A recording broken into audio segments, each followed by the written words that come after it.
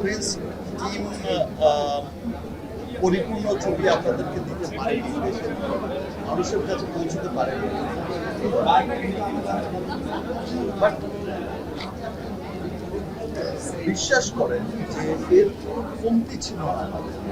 প্রথমেই আমরা এসেছি পারমিশন জটিলতায়, সেখানে 3 মাস চলে গেছে, মানে শুটিংয়ের যে শিডিউল ছিল সেটাই চলে গেছে। তারপরে এসে সবার এত অত্যন্ত পরিশ্রম ছিল যে সিনেমাটা কিভাবে কতটা পারফেক্টলি দেয়া যায়। প্রিন্স নিয়ে মানুষের যে প্রত্যাশা ছিল, দেখেন প্রিন্স আমি যখন গল্প শুনেছি তখনই আমার মনে হয়েছে যে, এবং যে গল্প যে পরিকল্পনা শুনেছি তখন আমার কাছে মনে হয়েছিল যে এটা আমার জীবনের এই পর্যন্ত করার সবচেয়ে বড় সিনেমা হবে। হয়তো সময় স্বল্পতার কারণে আমি সেটা